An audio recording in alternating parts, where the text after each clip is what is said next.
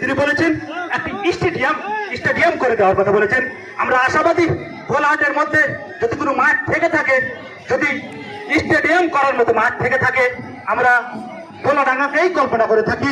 ভোলাডাঙ্গার মাঠেরই ঐতিহ্য আকাশচুম্বী, ভোলাডাঙ্গা ঐতিহ্য অনেক বছরের ঐতিহ্য। ভোলাডাঙ্গার ওই ঐতিহ্য 1817 সালের ঐতিহ্য। ভোলাডাঙ্গার ঐতিহ্য 1842 সালের ঐতিহ্য। ভোলাডাঙ্গার ঐতিহ্য 1903 সালের ঐতিহ্য। আমরা বলতে চাই, আমরা আশা করতে চাই, আশা রাখতে চাই আমাদের প্রিয় নেতার কাছে যে আমরা আমাদের এই ভোলাডাঙ্গা দীন মোহাম্মদ উচ্চ বিদ্যালয় ক্যাম্প সংলগ্ন মাঠে হয়তো ভবিষ্যতে আমরা স্টেডিয়াম হিসেবে আমরা দেখতে পারবো। ধন্যবাদ, আবারও কৃতজ্ঞতা জ্ঞাপন করছি মাননীয় প্রধান অতিথি মহোদয়ের প্রতি এবং তার সফর সঙ্গী বিশেষ অতিথিবৃন্দ, সম্মানিত অতিথিবৃন্দ এবং সকল অতিথিবৃন্দ সকলের প্রতি অনেক অনেক কৃতজ্ঞতা জ্ঞাপন করছি।